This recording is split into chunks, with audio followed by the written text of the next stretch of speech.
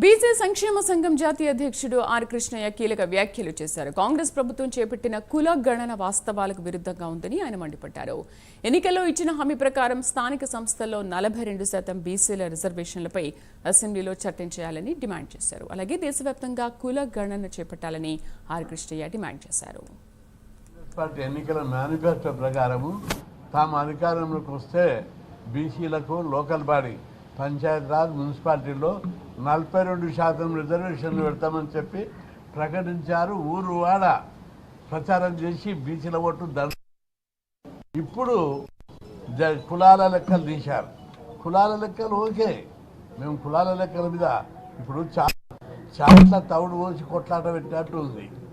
ఎందుకంటే కులాలు 46, 52, 56 అనేది కాదు. ఇక్కడ మీరు ఆ ఇష్యూ పక్కకు పెట్టి దాని మీద పంచాయతీ పెట్టి తప్పించుకోవడానికి చూస్తుంది ప్రభుత్వం. జనాభా లెక్కలు, రేషన్ కార్డు అవి చూస్తే వాటికి వీటికి పోలికనే లేదు. తప్పుడు లెక్కలు చూపెడుతున్నారు అనేది ఒక భాగం. మీరు ఇప్పుడు తీసిన లెక్కల ప్రకారం కూడా 42% పెంచడానికి ఎలాంటి అభ్యంతరం లేదు, ఎలాంటి అవరోధాలు లేవు.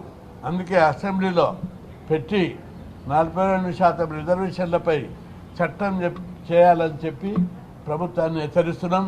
అన్ని రాజకీయ పార్టీలను కూడా మొన్న అంతమంది అసెంబ్లీలో సమావేశమయ్యి మీరు ఏం చేసిర్రు?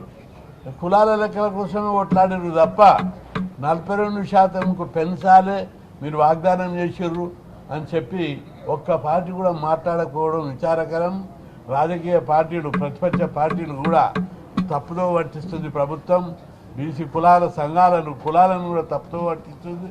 అందుకే బీసీ సంఘాలు, కుల సంఘాలు అందరూ కూడా రాష్ట్ర ప్రభుత్వం చేసే ఎత్తుగడలకు లొంగకుండా వెంటనే 42% రిజర్వేషన్లు పెంచాలి అని చెప్పి పెద్ద ఎత్తున ఉద్యమం చేయడానికి సిద్ధం కావాలని పిలిపిస్తున్నా.